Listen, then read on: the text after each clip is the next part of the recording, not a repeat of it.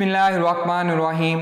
अस्सलामु अलैकुम students, I am Mohammad Usman Ali, your mathematics teacher. Student, previous lecture में हमने एरिया अंडर द कर्व को डिस्कस किया था और उसके रिलेटेड जो एक्सरसाइज 3.7 के क्वेश्चन थे उनको पढ़ा था। हमने सीखा था कि अगर हमें सिंपल इंटीग्रेशन का क्वेश्चन दिया गया हो डेफिनेट इंटीग्रल में तो उसे हमने कैसे सॉल्व करना है, और हमने ये भी सीखा था कि अगर हमें question area under the curve का दिया गया हो तो हमने उसको कैसे सॉल्व करना है। उन दोनों में डिफरेंस भी मैंने आपको समझाया था, उसको सॉल्व करने का तरीका भी मैंने आपको बताया था। आज हम एक नया टॉपिक स्टार्ट करने जा रहे हैं जो कि है डिफरेंशियल इक्वेशन का। डिफरेंशियल इक्वेशन को भी हम इंटीग्रेशन की मदद से सॉल्व करना सीखेंगे कि हम उनको कैसे सॉल्व करते हैं। तो आइए हम स्टार्ट करते हैं। जी स्टूडेंट्स, आज का टॉपिक है डिफरेंशियल इक्वेशंस। पेज नंबर है 168।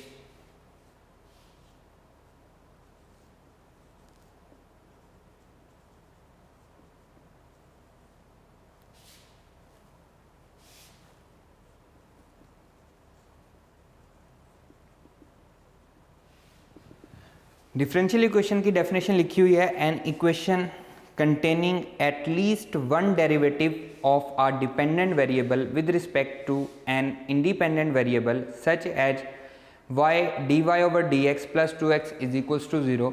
ऐसी इक्वेशन जिसमें कम से कम एक डेरिवेटिव इन्वॉल्व हो। किसका derivative? Of dependent variable with respect to independent variable. ये चीज़ हम ऑलरेडी चैप्टर नंबर 2 में डिस्कस कर चुके हैं। अभी यहाँ पे हमारे पास डेफिनेशन क्या है जी? An equation containing at least one derivative, जिसमें कम से कम एक डेरिवेटिव हो। दो डेरिवेटिव भी हो सकते हैं, तीन भी हो सकते हैं, second derivative, higher power, third derivative, इस तरह सो ऑन, ये सारे हो सकते हैं। जैसा कि आपको दो एग्जांपल दी गई हैं। फर्स्ट एग्जांपल में है जी y dy over D X plus 2x is equals to 0। ये इसमें फर्स्ट डेरिवेटिव इन्वॉल्व है। सेकंड वाले में सेकंड डेरिवेटिव भी इन्वॉल्व है, फर्स्ट डेरिवेटिव भी इन्वॉल्व है। x D square Y over D X square plus D Y over D X minus 2x is equals to 0 is called a differential equation. Derivatives may be of first or higher order. A differential equation containing only derivative of first order can be written in terms of differential equation. So we can write equation as y dy plus 2x dx is equals to 0, but the equation 2 cannot be written in term of differentials. वो कह रहा है जिस equation में सिर्फ first derivative involve हो उसे हम डिफरेंशियल्स की फॉर्म में लिख सकते हैं। डिफरेंशियल्स को हम एक्सरसाइज 3.1 में हमने पढ़ा था कि डिफरेंशियल्स क्या होते हैं। उस वक्त मैंने आपको बताया था, हमारे पास कुछ क्वेश्चंस भी थे, उनको हमने सॉल्व किया था। जब हम y का डेरिवेटिव लेते हैं साथ dy लिख देते हैं, जब हम x का डेरिवेटिव लेते हैं साथ dx लिख देते हैं, वो डिफरेंशियल हो जाता है। आगे हमने कई बहुत सारी जगहों पर हमने उसको यूज़ भी किया था। हम सब्स्टिट्यूशन में हमने 3.3 में सब्स्टिट्यूशन पढ़ी थी, उसका डेरिवेटिव लेते थे, उसमें भी हमने डिफरेंशियल्स को यूज़ किया था। यही बात वो यहाँ पे कर रहा है कि जो ऐसी इक्वेशन जिसमें सिर्फ फर्स्ट डेरिवेटिव इन्वॉल्व हो उसको हम डिफरेंशियल की फॉर्म में लिख सकते हैं। उसने आपको लिख के भी दिखाया हुआ है। नेक्स्ट जो है ये बहुत इंपॉर्टेंट है, order and degree of differential equation. अब मैं आपके सामने एक डिफरेंशियल इक्वेशन लिख रहा हूँ, रैंडमली मैं लिखूंगा, कोई स्पेसिफिक डिफरेंशियल इक्वेशन नहीं है। x D cube y over D X cube plus y D Y over D X is equals to 2। अब इसमें थर्ड डेरिवेटिव भी इन्वॉल्व है, ठीक है, और फर्स्ट डेरिवेटिव भी इन्वॉल्व है। अगर आपसे पूछा जाए कि इसका ऑर्डर क्या है, इसका ऑर्डर आपसे पूछते हैं, ये बहुत इंपॉर्टेंट है, इसमें कन्फ्यूजन रहती है, हमेशा इसको अच्छे से समझना है। आपका एमसीक्यू में काफ़ी इंपॉर्टेंट रोल अदा करता है। ऑर्डर क्या है? किसी भी डिफरेंशियल इक्वेशन में जो सबसे हाईएस्ट डेरिवेटिव होता है, किसी भी डिफरेंशियल इक्वेशन में जो सबसे हाईएस्ट डेरिवेटिव होता है, जैसे यहाँ पे हाईएस्ट डेरिवेटिव कौन सा है? थर्ड डेरिवेटिव है, तो इसका ऑर्डर क्या होगा? 3 होगा। क्लियर? यही बात उसने यहाँ पे लिखी हुई है। The order of a differential equation is the order of the highest derivative in the equation. अब दो इक्वेशन आपको बुक पे भी एग्जांपल में दी गई हैं। फर्स्ट वाली इक्वेशन में जो हमारे पास डेरिवेटिव इन्वॉल्व है वो क्या है? फर्स्ट डेरिवेटिव है, तो उसका ऑर्डर क्या है? 1। इसी तरह से सेकेंड वाली इक्वेशन में हमारे पास जो हाईएस्ट डेरिवेटिव इन्वॉल्व है वो कौन सा डेरिवेटिव है? सेकेंड डेरिवेटिव है, तो हम उसका ऑर्डर क्या कहेंगे? उसको हम 2 कहेंगे। इसी तरह से यहाँ पे ये जो मैंने इक्वेशन लिखी है इसमें हमारे पास थर्ड डेरिवेटिव है, तो इसका ऑर्डर क्या है? वो 3 है। दूसरी बात आती है जो बुक पे यहाँ पे मेंशन नहीं है, वो है डिग्री। इसकी डिग्री क्या है? हाईएस्ट डेरिवेटिव की पावर को हम डिग्री कहते हैं। हाईएस्ट डेरिवेटिव की पावर को हम डिग्री कहते हैं। इस सारे की जो पावर है, ये इसको कभी भी आपने पावर नहीं कहना। अगर आप समझ रहे हो कि डी क्यूब वाई लिखा हुआ है तो ये इसकी पावर है, ये बिल्कुल गलत है। डी क्यूब वाई का मतलब क्या है कि ये थर्ड डेरिवेटिव कहा गया है इसको, ये पावर नहीं है। इसकी पावर क्या है? 1 है, इसलिए इसकी डिग्री क्या होगी? 1। इक्वेशन में, मैं अगेन रिपीट कर रहा हूं इस बात को, इक्वेशन में जो हाईएस्ट डेरिवेटिव होगा वो क्या कहलाएगा? ऑर्डर कहलाएगा, और उसकी पावर जो है वो डिग्री कहलाएगी। आपके सामने मैं एक और इक्वेशन लिखता हूं, D power 4y divided by D X power 4 का square plus D cube y divided by D X cube की power 5 into X plus 2xy dy over D X equals to D square y over D X square whole power 9। मैंने randomly एक equation लिखी है। अब यहाँ पे देखें, इसमें फोर्थ डेरिवेटिव इन्वॉल्व है, थर्ड डेरिवेटिव भी इन्वॉल्व है, फर्स्ट डेरिवेटिव भी इन्वॉल्व है और सेकंड डेरिवेटिव भी इन्वॉल्व है। आपसे पूछा जाए कि बताएं इसका ऑर्डर क्या है, इस इक्वेशन का ऑर्डर अगर आपसे पूछा जाए तो अगेन मैं रिपीट कर रहा हूं, the highest derivative involve in the equation is called the order of that equation. इसमें हाईएस्ट डेरिवेटिव कौन सा इन्वॉल्व है? फोर्थ डेरिवेटिव इन्वॉल्व है। और अगर आपसे पूछा जाए कि इस इक्वेशन की डिग्री क्या है, तो यहाँ पे बहुत सारे बच्चे गलती करते हैं जी, इसकी हाईएस्ट पावर जो है वो 9 है तो इसकी डिग्री 9 होगी। गलत है, हाईएस्ट डेरिवेटिव की जो पावर है वो इसकी डिग्री कहलाएगी। हाईएस्ट डेरिवेटिव की जो पावर है वो इसकी डिग्री कहलाएगी। अब फर्ज करें यही क्वेश्चन जो है यहाँ पे पावर दी गई होती 3/2, लेट्स सपोज यहाँ पे पावर दी गई होती 3/2। अब आप क्या करेंगे? ये अब थोड़ा कॉन्सेप्चुअल क्वेश्चन बन चुका है। इस तरह के क्वेश्चन एंटी टेस्ट में आते हैं। एफएससी में अभी तक ऐसा कोई क्वेश्चन नहीं आया, एफएससी में सीधे सीधे क्वेश्चन आते हैं। इसमें आप पहले दोनों तरफ स्क्वायर लेंगे ताकि ये फ्रैक्शन ख़त्म हो। स्क्वायर लेने से इसकी पावर 4 हो जाएगी। अगेन मैं रिपीट कर रहा हूँ, इस तरह के क्वेश्चन में, ये एंटी टेस्ट का क्वेश्चन है, आपके इन्फॉर्मेशन में इजाफे के लिए मैं आपको बता रहा हूँ। अगर ऐसी इक्वेशन दी गई हो जिसमें फ्रैक्शन में डिग्री आ रही हो तो आप उसकी फ्रैक्शन को ख़त्म करने के लिए पहले क्या करेंगे? स्क्वायर लेंगे। दोनों साइड पे स्क्वायर होगा तो इसकी फ्रैक्शन ख़त्म हो जाएगी और जो डिग्री आपको 2 नज़र आ रही है अब वो स्क्वायर लेने की वजह से क्या हो जाएगी? 4 हो जाएगी। बात समझ आ गई?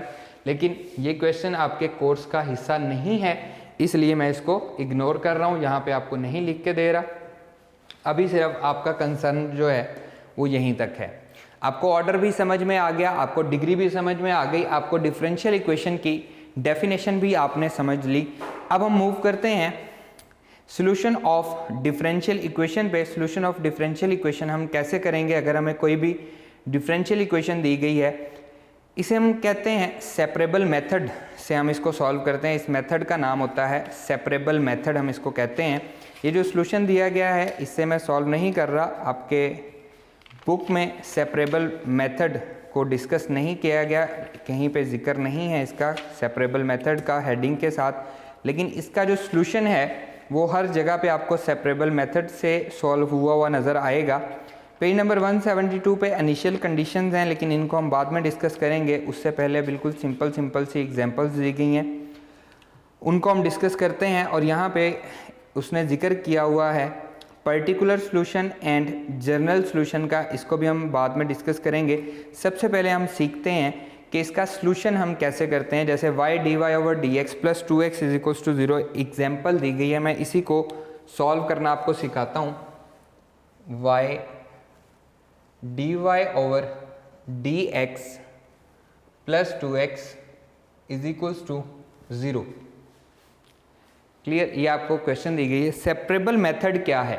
इसको हम सॉल्व करते हैं सेपरेबल मेथड से। सेपरेबल मेथड है क्या? वो कहता है कि y वालों को अलग कर लो और x वालों को अलग कर लें। कैसे? जैसे ये मैं कर रहा हूँ, is equals to -2x dx भी अब इसके साथ जाएगा, y dy is equals to -2x dx। जैसा कि उसने हमें सॉल्व करके दिखाया है, उसने कहा है कि हम इसको डिफरेंशियल की फॉर्म में लिख सकते हैं। ये मैं इधर ले आऊँगा तो प्लस हो जाएगा, डिफरेंशियल हो जाएगा, लेकिन हम इसको सॉल्व करते हैं सेपरेबल करके। हमने सेपरेट कर लिया, y वाले को सेपरेट कर लिया, x वाले को सेपरेट कर लिया। अब हम इसकी इंटीग्रेशन ले लेंगे, integration y dy equals to minus integration 2x, 2 constant है बाहर आ जाएगा, x dx। अब ये बिल्कुल सिंपल हो गया, इसको हम सॉल्व कर सकते हैं। तो यहाँ से हम क्या सीख रहे हैं कि अगर हमें कोई भी डिफरेंशियल इक्वेशन दी गई हो, मतलब किसी भी इक्वेशन का डेरिवेटिव हमें गिवन दिया गया हो और वहाँ से हमने इक्वेशन बनानी हो, तो हम कैसे बनाएंगे? ये बनेगा y square equals to -2x square divided by 2 और x वाली साइड पे आपने c लगाना है। c क्या है? कांस्टेंट ऑफ इंटीग्रेशन, ये इनडेफिनेट इंटीग्रल है। y स्क्वायर इक्वल्स टू 2 से 2 कैंसिल हो जाएगा, -x स्क्वायर प्लस c, यही हमारी रिक्वायर्ड इक्वेशन है। इसी इक्वेशन की यहाँ पे y स्क्वायर डिवाइडेड बाय 2 आएगा, इसकी हम इंटीग्रेशन ले रहे हैं, y स्क्वायर डिवाइडेड बाय 2, यहाँ पे भी y स्क्वायर डिवाइडेड बाय 2 आएगा and y square equals to -2x square, 2 इधर आके मल्टीप्लाई होगा, इसको हम c1 कह देते हैं प्लस 2c1। ये अब कई जगह पे आप इसको देखेंगे कि हम इसको अलग नाम दे रहे हैं। c1 क्यों नाम दे रहे हैं? क्योंकि 2 भी एक कांस्टेंट है, c1 भी एक कांस्टेंट, और हम कहेंगे c is equals to 2c1, उसको हम c का नाम दे देते हैं। कांस्टेंट जिस तरह के मर्जी हो हम उसे c के इक्वल रख देंगे प्लस c, ये हमारा आंसर आ जाएगा। अब इसका डेरिवेटिव लें, ये बनेगा 2y equals to -4x, c constant, इसका डेरिवेटिव 0 हो जाएगा।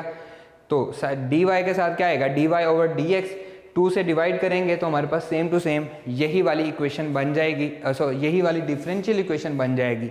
तो यहाँ पे हम क्या सीखने जा रहे हैं इस एक्सरसाइज में? अगर हमें कोई भी डेरिवेटिव गिवन है, उसकी इक्वेशन हमने फाइंड करनी है, तो उसे हम क्या कहते हैं? डिफरेंशियल इक्वेशन से इक्वेशन फाइंड करना आज हम सीख रहे हैं। और ये क्या कहलाएगा? जिसमें c आ रहा है, ये जो सॉल्यूशन आया है हमारे पास, that solution is called general solution. इसको हम जनरल सॉल्यूशन क्यों कहते हैं? क्योंकि हमें इसकी एग्जैक्ट इक्वेशन यहाँ पे नहीं पता लग रही। इसको हमने जनरल सॉल्यूशन क्यों कहा है?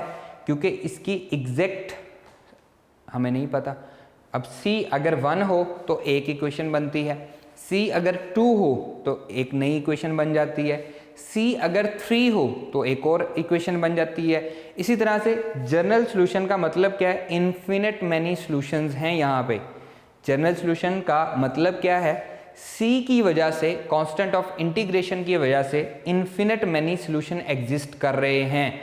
c आप कुछ भी रख सकते हैं, इस तरह की हर इक्वेशन का डेरिवेटिव ये आएगा। और ये चीज़ मैं पहले भी आपको डिस्कस करवा चुका हूँ, जब हमने इंटीग्रेशन शुरू की थी तब मैंने डिफरेंट 3 एग्जांपल ली थी, उनका जब मैंने डेरिवेटिव लिया तो वो सेम आ रहा था। उस डेरिवेटिव से हमने जब इक्वेशन बनाई थी तो हमारे पास अगेन जो इक्वेशन बनी थी उसमें c हमने लगाया था, जिसको हमने कांस्टेंट ऑफ इंटीग्रेशन कहा था। अभी तक आपने सीखा है कि डिफरेंशियल इक्वेशन क्या होती है, उसका ऑर्डर और डिग्री क्या होती है। डिफरेंशियल इक्वेशन अगर हमें गिवन दी गई हो, उसको हम सॉल्व कैसे करते हैं? सेपरेबल मेथड के ज़रिए हम सॉल्व करते हैं, और जो उसका आंसर आता है उसे हम जनरल सॉल्यूशन कहते हैं। अब हम सीखने जा रहे हैं कि पर्टिकुलर सॉल्यूशन क्या होता है। उसके लिए आपको इनिशियल कंडीशंस दी गई होंगी, वो कहेगा at x is equals to 0, या इस तरह से आपको दिया गया होगा y of 0 is equals to 1, या फिर आपको इस तरह से दिया होगा at x is equals to 0 y equals to 1, y की वैल्यू 1 आ रही है। हम इनिशियल कंडीशंस को यहाँ पे पुट कर देंगे, जो हमारा आंसर आया है y की वैल्यू क्या है? 1, यहाँ पे आ जाएगा जी 1 का square equals to -2 into X की वैल्यू हमें x0 दिया गया, दोनों एक ही बातें लिखी हुई हैं।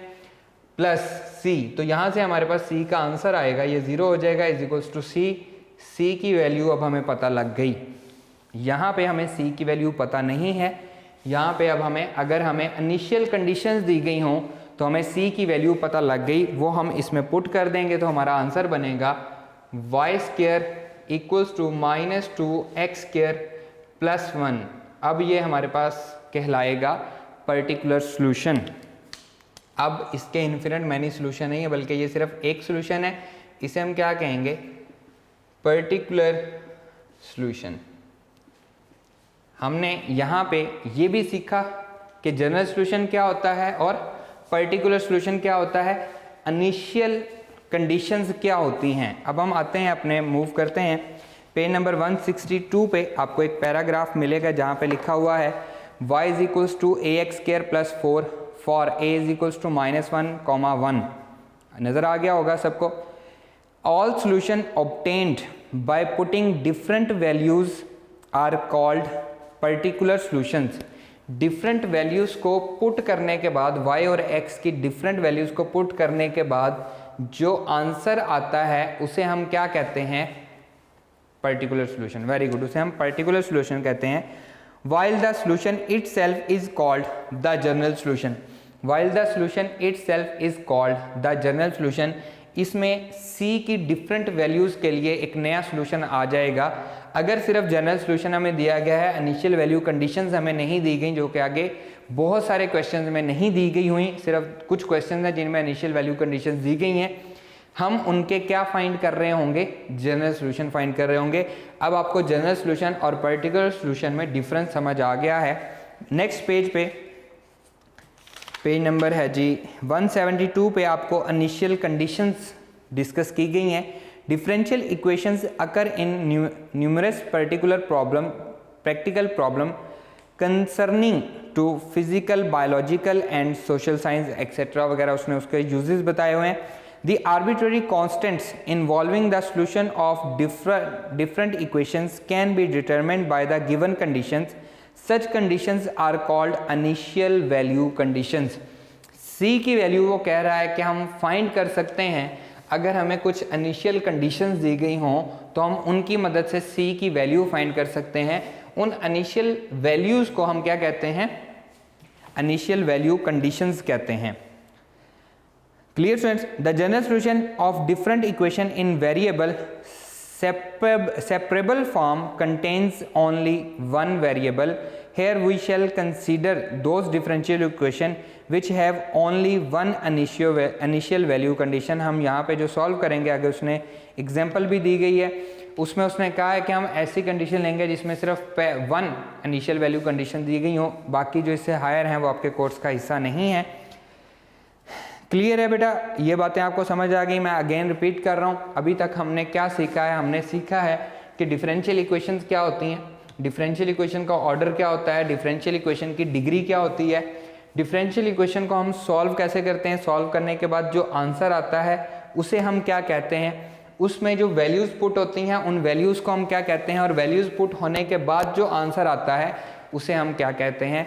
अब हम मूव करते हैं अपनी एक्सरसाइज की तरफ, जिसमें हमारे पास क्वेश्चन दिए गए हैं, उनको हम सॉल्व करेंगे सेपरेबल फॉर्म की मदद से, और उनके जो आंसर्स हैं उनको हम देखेंगे कि हम उनको किस तरह से सॉल्व कर रहे हैं। आइए जी स्टूडेंट्स, एक्सरसाइज 3.8 स्टार्ट कर रहे हैं हम।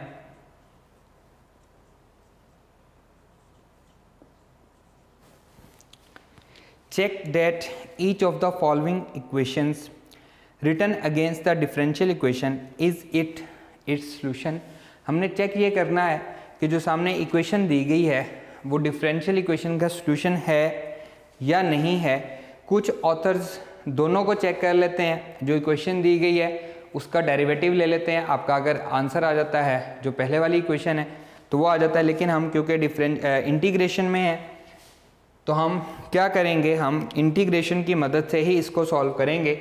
इसका फर्स्ट पार्ट देखें, x dy over dx is equals to 1 plus y, और हमने प्रूव क्या करना है, जो इसके सामने इक्वेशन दी गई है वो हमने प्रूव करनी है। सेपरेबल मेथड हम इसमें यूज करेंगे। सॉल्यूशन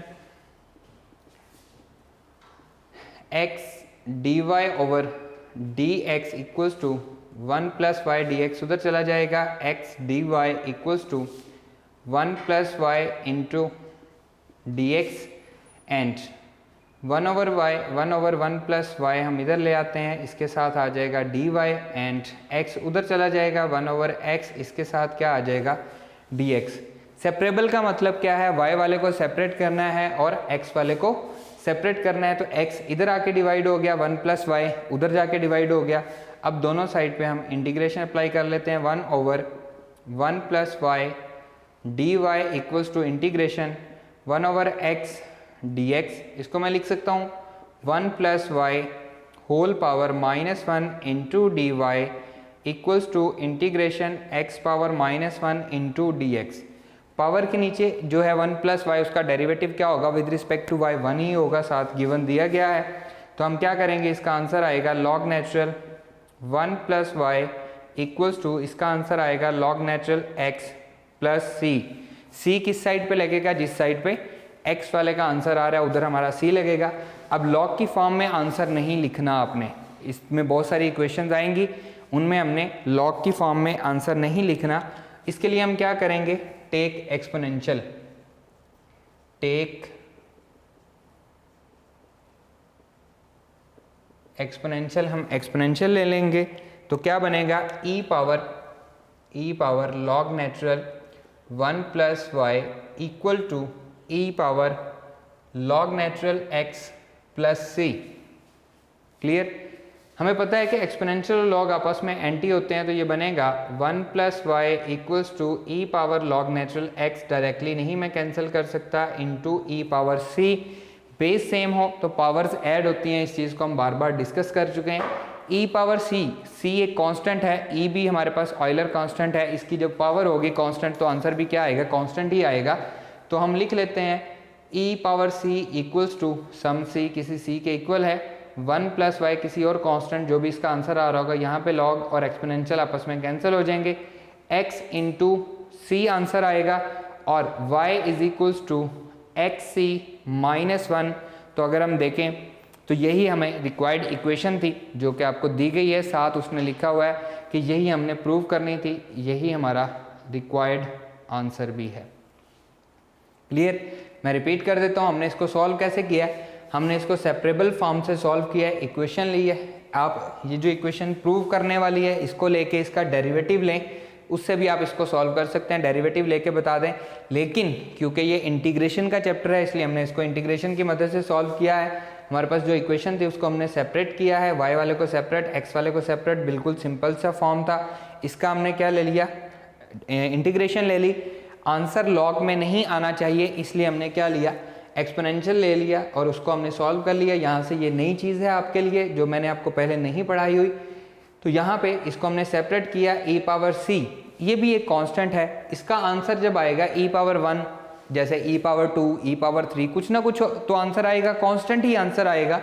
तो उस कांस्टेंट को मैंने c का नाम दे लिया, जो आंसर आएगा उसे मैंने c का नाम दे लिया, इसलिए मैंने यहाँ पे cx लिखा, 1 इधर आके माइनस हो गया, जो हमें रिक्वायर्ड इक्वेशन थी वो मिल गई। क्लियर। नेक्स्ट देखें, इसी तरह से आप इसका second part, third part, fourth part, fifth part सारे के सारे सेम हैं, आप सॉल्व कर सकते हैं इनको। इनमें से कुछ मैं कर देता हूँ, कुछ आपके लिए होमवर्क होंगे, आपने खुद से सॉल्व करने होंगे। इसका मैं थर्ड पार्ट कर देता हूँ आपको solve, y dy over dx minus, third part है जी y dy over dx minus e power 2x equals to 1।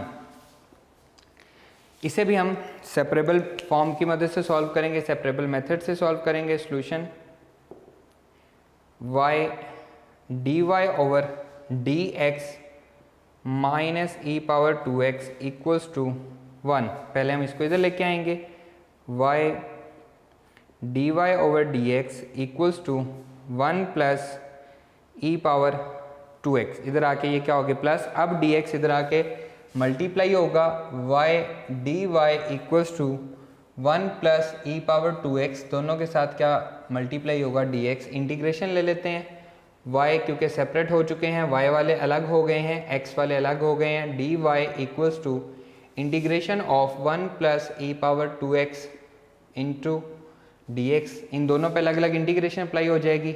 y dy equals to integration of 1 dx plus integration of e power 2x into D X. इसकी power का derivative साथ होना चाहिए, तो हम क्या करेंगे, 2 से मल्टीप्लाई और 2 से डिवाइड कर देंगे। ये बन जाएगा Y square divided by 2 equals to 1 की integration x plus 1/2 e power 2x की इंटीग्रेशन e पावर 2x ही रहेगी, प्लस क्या आएगा c constant of integration Y square equals to 2x plus 2 divided by 2 e power 2x plus 2c आ जाएगा।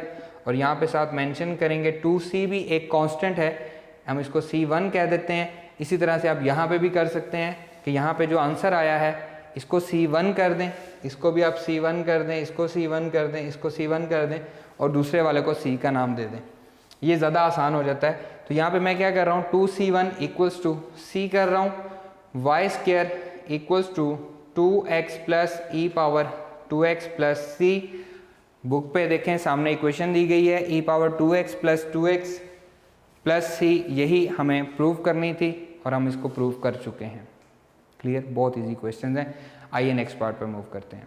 जी students, next है जी इसका 5th part मैं आपको सॉल्व करवा रहा हूँ। dy over dx equals to Y square plus 1 divided by E power minus X, और हमने प्रूव करना है y is equals to 10 into E power X plus C. ये इसकी इक्वेशन है। Solution with the help of separable form हम करेंगे। dy over dx equals to Y square plus 1 divided by E power minus X, तो ये बनेगा dy equals to Y square plus 1 into E power x, denominator ऊपर जाएगा तो power positive हो जाएगी, और साथ हम क्या लिखेंगे, dx लिख देंगे। ये इधर आ जाएगा 1 plus Y square 1 over 1 plus Y square, इधर आके डिवाइड हो जाएगा, साथ आ जाएगा dy, इधर आएगा ई पावर एक्स dx। ये किस में कन्वर्ट हो गया, सेपरेबल फॉर्म में, x वाले अलग y वाले अलग, integration of 1 over 1 plus Y square into D Y equals to integration of E power X D x.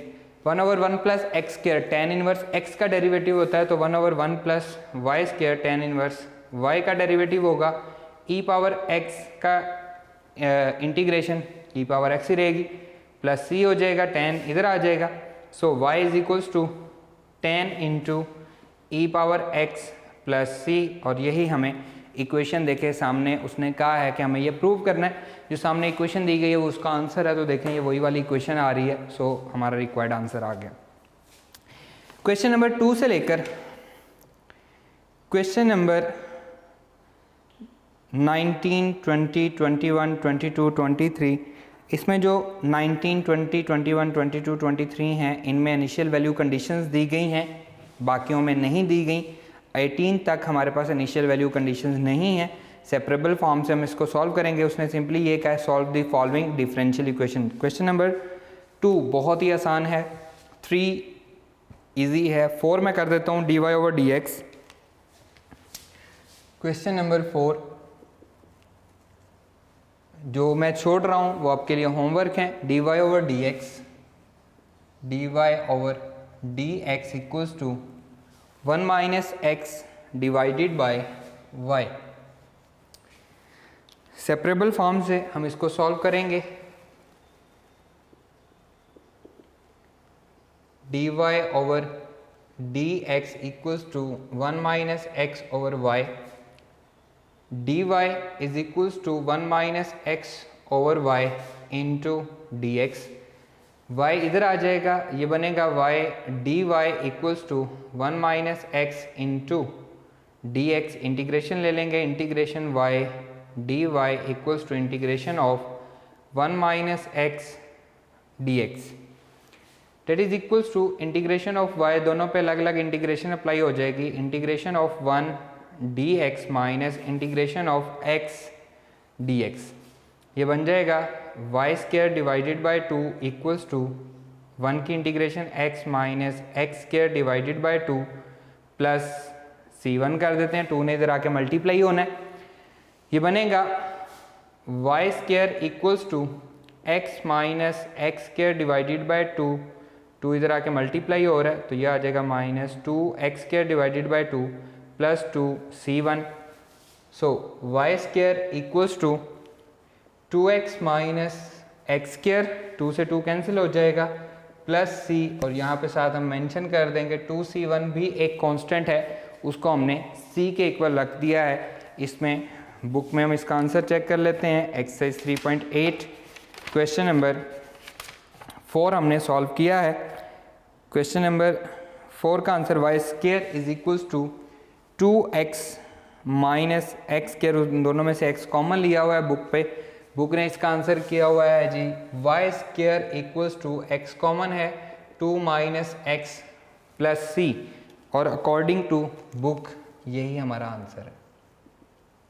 Clear, बहुत इजी हैं सेपरेबल फॉर्म के क्वेश्चन। नेक्स्ट है क्वेश्चन नंबर 5, होमवर्क आप खुद से कीजिएगा, बिल्कुल इजी है। एक बनेगा 1/y dy और दूसरा बनेगा 1/x square dx।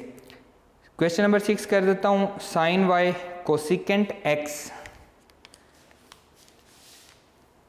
Question number 6, sine y cosecant x dy over dx is equals to 1, dy over dx equals to 1। Solution,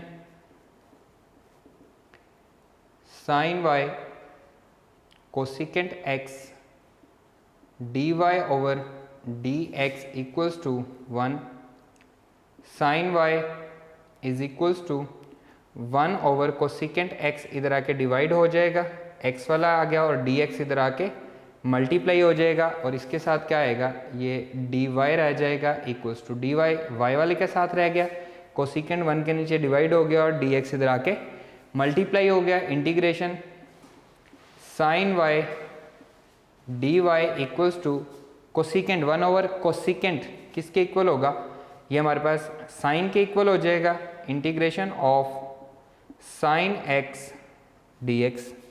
clear, sine की इंटीग्रेशन क्या होती है, माइनस कॉस y होती है, minus cos y equals to sine की integration minus cos x plus c।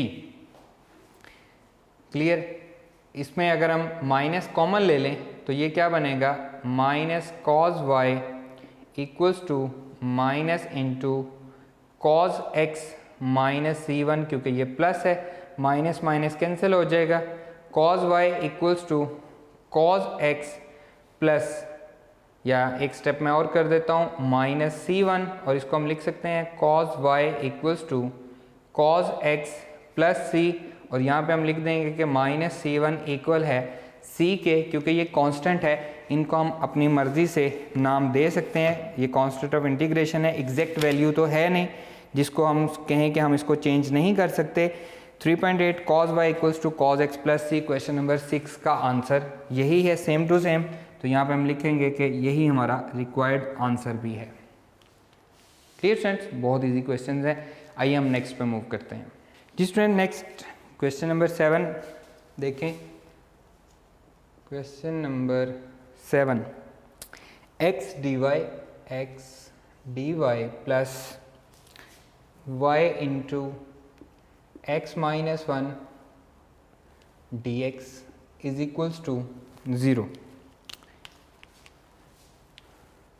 Solution, x dy plus y into x minus 1 dx equals to 0, that is equals to x dy equals to minus y into x minus 1 into dx। ये इधर आके क्या हो गया, equation के side पे आया तो माइनस नेगेटिव हो गया। अब ये y इनसे मल्टीप्लाई हो रहा है तो मैं इधर डिवाइड कर सकता हूँ 1/y, dy equals to minus as it is रहेगा x minus 1 over x into dx। Clear, ये x इधर आ गया, y उधर आके डिवाइड हो गया, इंटीग्रेशन ले लेंगे 1/y dy equals to minus x over x minus, बाहर माइनस है ये प्लस हो जाएगा 1/x dx। इंटू इस पे भी इंटीग्रेशन, ये माइनस एक्स ओवर एक्स, फिर ये माइनस माइनस प्लस हो गया, 1 ओवर एक्स हो गया। ये आ गया जी integration of Y power -1 into D Y equals to, यहाँ से आंसर आएगा -1, अलग इंटीग्रेशन अप्लाई हो जाएगी, plus integration of x power -1 and dx, इस पर भी अलग इंटीग्रेशन अप्लाई हो जाएगी। y पावर -1 होगा लॉग नेचुरल y पावर -1 है तो log natural y equals to minus constant बाहर आ जाएगा, 1 की इंटीग्रेशन x आ जाएगी, plus log natural x power -1 का आंसर लॉग नेचुरल x आएगा, प्लस c1 कर देंगे हम। अब इसका क्या करेंगे जी, एक्सपोनेंशियल लेंगे, क्योंकि लॉग में आंसर हमें नहीं चाहिए, तो हम यहाँ पे लिखेंगे टेक एक्सपोनेंशियल,